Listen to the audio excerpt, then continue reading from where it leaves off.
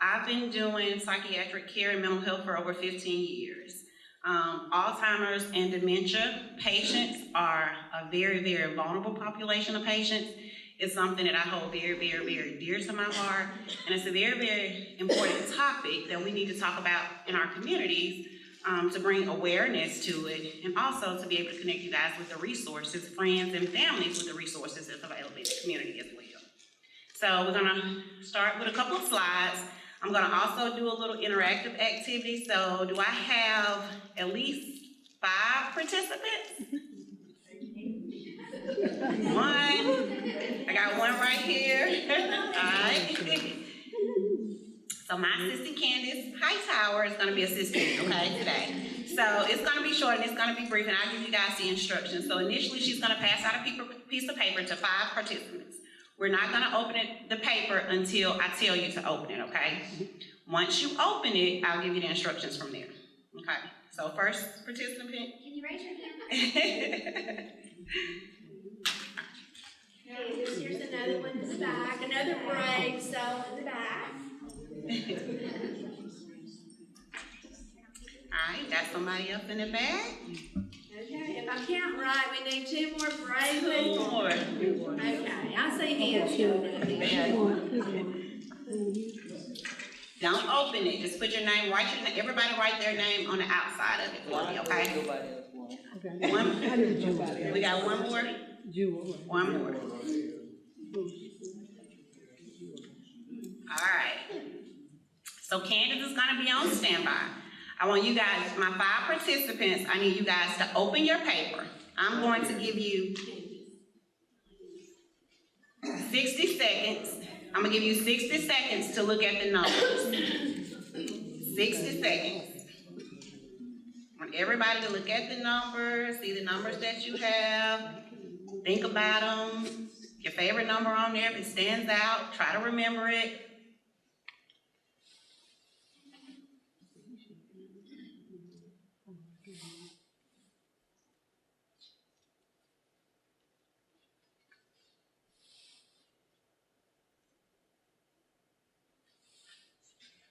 Tick tock, tick tock.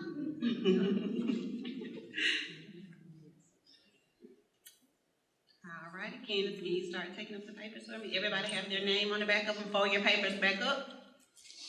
Candace is gonna take those papers back up, and I'll give you the rest of the instructions towards the end of our presentation. So we're gonna go ahead.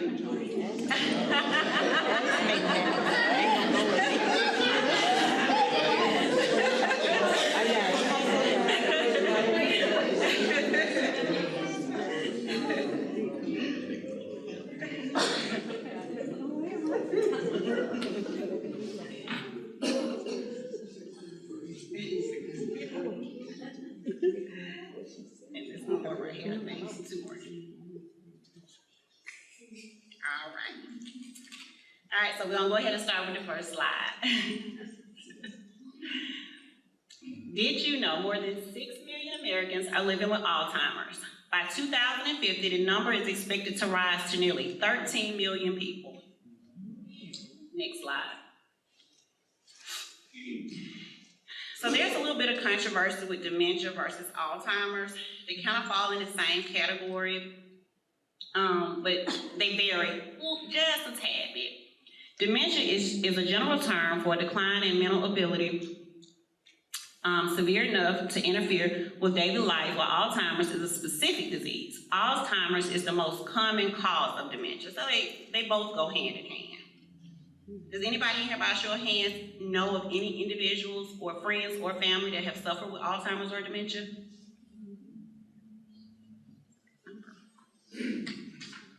Next slide. More than 80% of Americans know little or are not familiar with mild cognitive impairment, or MCI, which it's called, which can be an early stage of Alzheimer's. Alzheimer's/dementia is not a normal part of aging. Disorders grouped under the general term dementia are caused by abnormal brain changes. These changes trigger a decline in thinking skills, also known as cognitive abilities, severe enough to impair daily life and independent functions. They can also affect behaviors, feelings, and relationships. So for those of you who know of individuals that have suffered, I'm sure you have been aware of some of the behaviors that come along with that, with the illness. I often like to tell a lot of my families, because a lot of times we see patients and families just does not necessarily understand the disease, but you have to understand they have no control of their cognitive behaviors. You know, they didn't wake up one day and say, pick me, hey, I want to be dementia at the age of 65. This is not their choice. So I always challenge people to just be very, very transparent and patient, just patient as possible with this population of patients. A lot of the men that we see were fathers, they were providers, they remember some of the delusions that they have. They remember being a worker, taking care of the families, and a lot of these delusions they still continue to have. And you have to be understanding to them feeling that they no longer have that control, especially a lot of our strong men. It's a challenge, it's a major adjustment. So we just ask and encourage families and friends of families, if you guys know anybody, just to be patient with the process, and seek professional help. There's 4 different types of dementia. There is Alzheimer's, there is vascular dementia, there is Lewy body dementia, and then there's front atemporal dementia. And if anybody want to meet with me afterwards, we can kind of go into details about each one if you just want to know any additional information, or you can always feel free to call me. I'll provide my number, contact information at the end of the show. Next slide. Next slide. People ages 65 and older survive an average of 4 to 8 years after being diagnosed. Yet, some people live as long as 20. A lot of that depends on health. It's very important for us to take care of our health as best we can. Exercise, walking, drinking plenty of fluids, just trying to keep our bodies going as much as best as we can. The progression of Alzheimer's can be a long, slow, difficult journey. Next slide.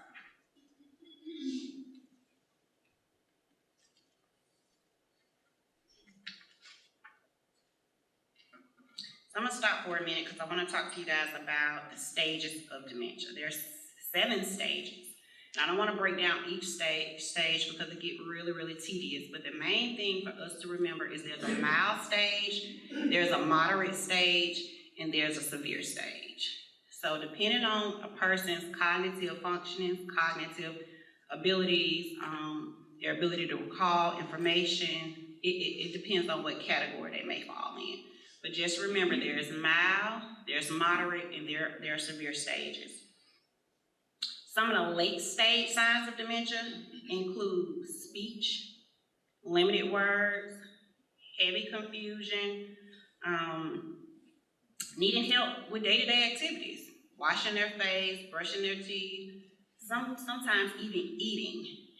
We see a lot of times, oftentimes in our patients with severe dementia, they don't even remember how to swallow.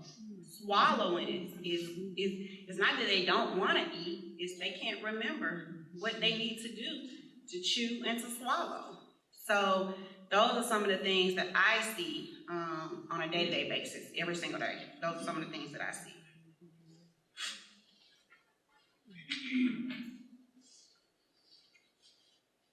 So how can a senior behavior at Coosa Valley Medical Center help with these things? Well, our bodies change as we age, and so do our minds. Studies show that seniors face an increased risk of mental health challenges, including clinical depression and memory impairment. In most cases, these conditions can be successfully treated and managed with specialized care. That's the mission of the Senior Behavior Unit. So our unit is for those acute patients, right? The ones that we've tried to manage and maintain outside, at home, on an outpatient level from their primary care physicians, and with those treatments, things haven't seemed to work. Or their behaviors, they have went from 0 to 100.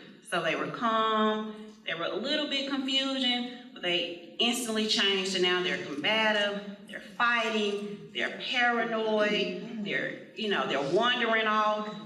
It's acute, when they can harm themselves or they can harm someone else. That's what we consider acute. And that's when you will come in. You will call, of course. You can always go in through the emergency room, but you can also call and prearrange coming in, talking to somebody. We have a team of social workers.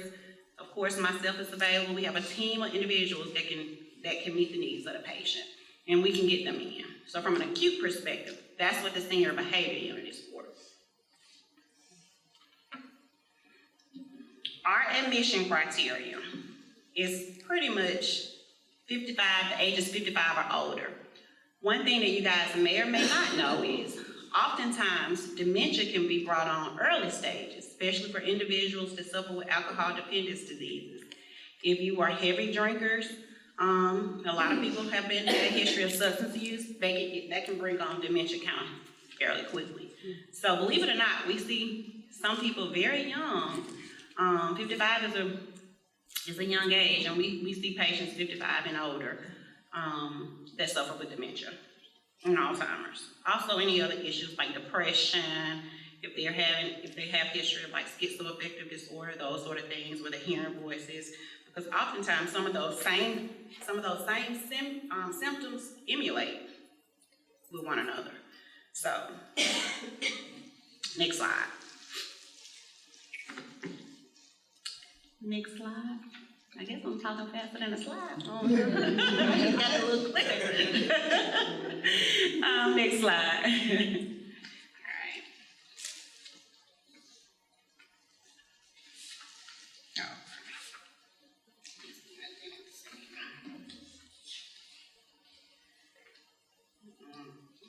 Turn it around or something. All right. Identity. A person's sense of identity, who they think themselves as, is shaped by many things, including their relationships, roles in the family and the community, hobbies, and occupation. For example, a person might identify themselves as a keen gardener. Oftentimes, they identify themselves as someone that they never been, or themselves in a different life. They may never have something they've dreamed of having. You know, some patients will come in. I had one individual lady came in. She cried the entire stay, until she stabilized. She was looking for her children, her 3 little kids. Do you know how much torture that is to be a mom and to think you have lost your 3 kids?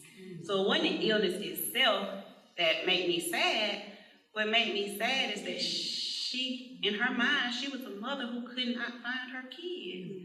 And she was so tearful, and she cried every day just looking for her kids. And of course, we would redirect. But it's just sad to see them in that state. She ended up stabilizing, of course, and going home. But oftentimes, it just melts your heart when you see them at that stage. Next slide.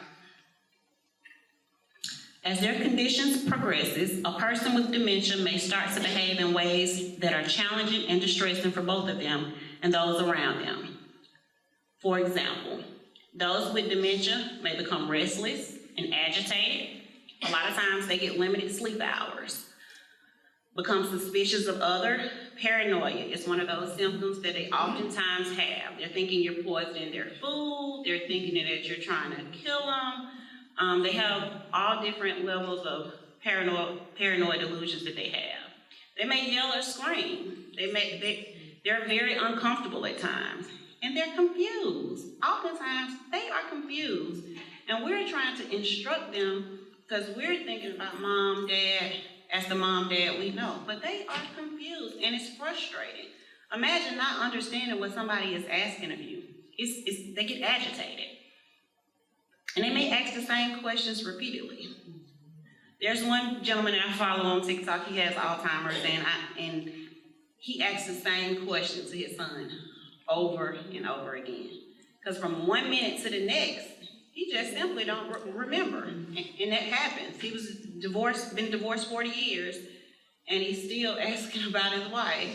So he still thinks he's married. He's still saying he wants to go home. Why am I at your house? I want to go home to my house. But he's living with his son. So those are the type of symptoms and things that we see on a day-to-day basis. Next slide. Next slide. Again, those are our admission criteria, and those are the pretty much some of the symptoms. It's not all of them, but just bullet points of some of the symptoms. That combativeness is also one of the ones, them becoming aggressive. Wandering is another big one that we see. They wander off. They wander into the communities, wander into the road. Believe it or not, a lot of the patients that we see drive. They come into our facility driving. And because families don't know, like, what is this going on? Mom and dad has been doing this for so long. They come into the facility driving, and when we admit them, we're like, no way. Like, no way. So just be aware of the signs and be aware of the symptoms. Okay, next slide. And this is our great team. Look at those beautiful pictures. This is Dr. Yalamon Chili. He is our psychiatrist. So he handles every single admission that comes on the floor. This is the team of the decision makers as far as the inquiry process. When you call, you'll be able to get one of us on the line. Candace, right here, is our community outreach person. She's always in the community, always reaching out. She's always available. Sometimes I'm out in the community with her as well, so you may see she and I together. Amber, she is our certified nurse practitioner. She works alongside Dr. Chili. She is one of the ones that does the medication adjustment. And she treats the patients as well alongside with Dr. Chili. All right, next slide. All right, so where are my participants at? All right, Candace.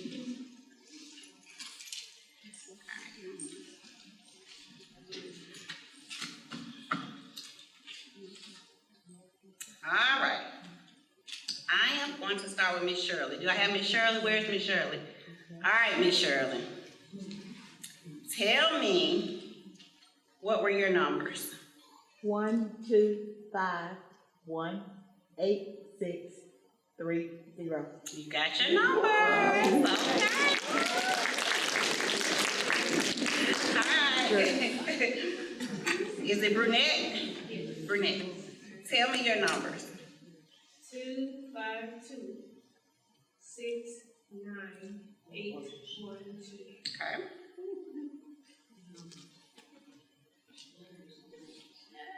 Okay. You were one number off. One number off. All right, Miss Lori. All right, Miss Lori, what are your numbers? 6, 2, 3, 8, 9, 4, 6, 4. Ooh, y'all got some good memories up in here. Okay.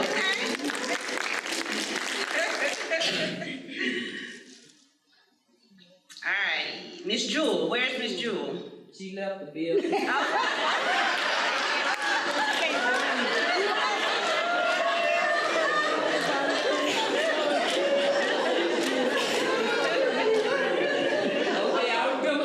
It was 42, and then I think 65 and something else, and then 42 at the end. I'm gonna give you an A for effort. All right, Miss Mona. I have no idea.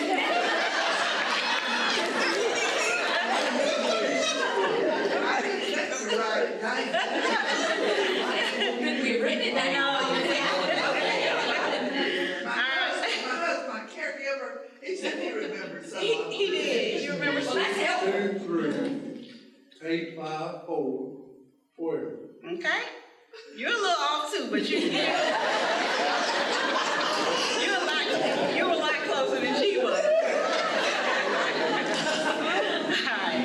And last, Miss Saran. Saran. Miss Saran, what were your numbers? 3, 6, 2. Okay. 3, 9, 9, 8, 5. You did good. Awesome.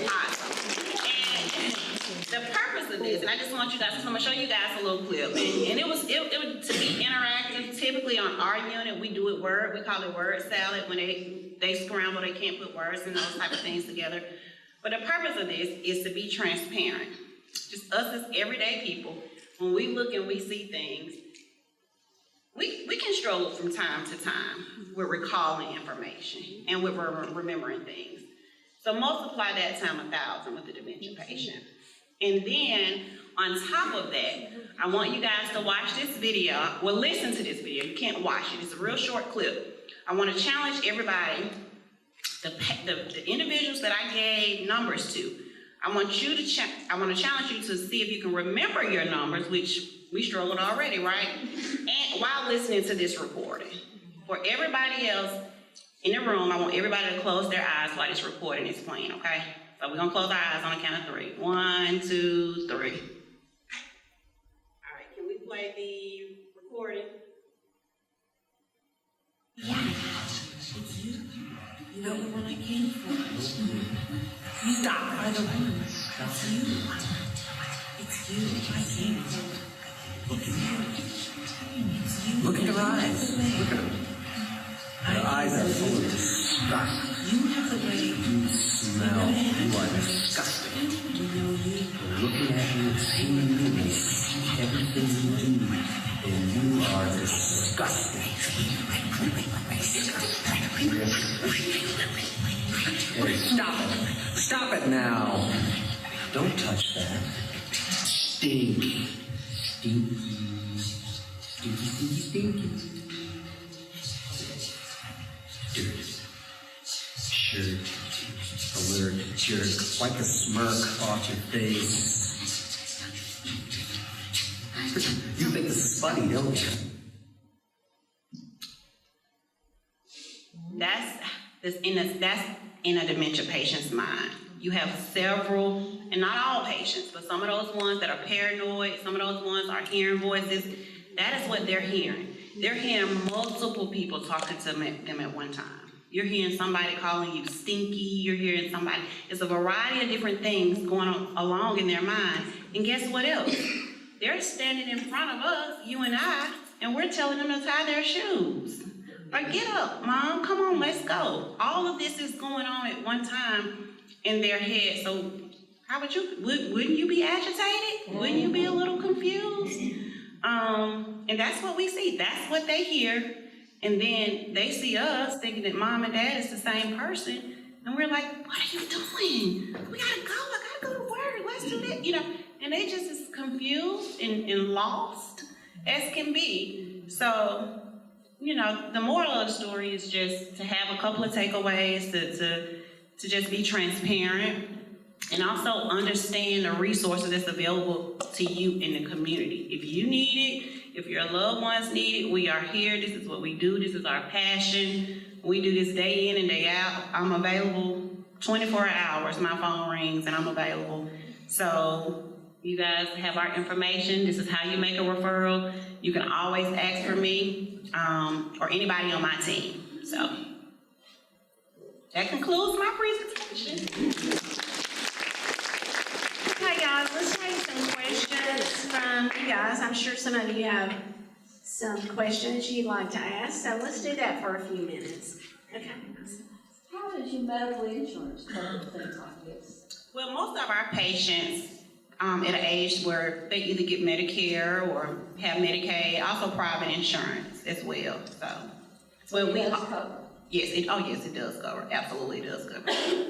We don't tell you not to call us because you don't have insurance. So if there is a need and you need us, or you know someone that needs us, give us a call. I'm pretty much a walking resource book anyway, 15 years of doing this, so I'll try to figure it out. So just call us. Okay. What causes dementia besides strokes? Is it hereditary like Alzheimer's? Well, it can be, but oftentimes it's just daily life, daily living. Like I said, oftentimes it's induced by alcohol for some people, and sometimes it just comes on.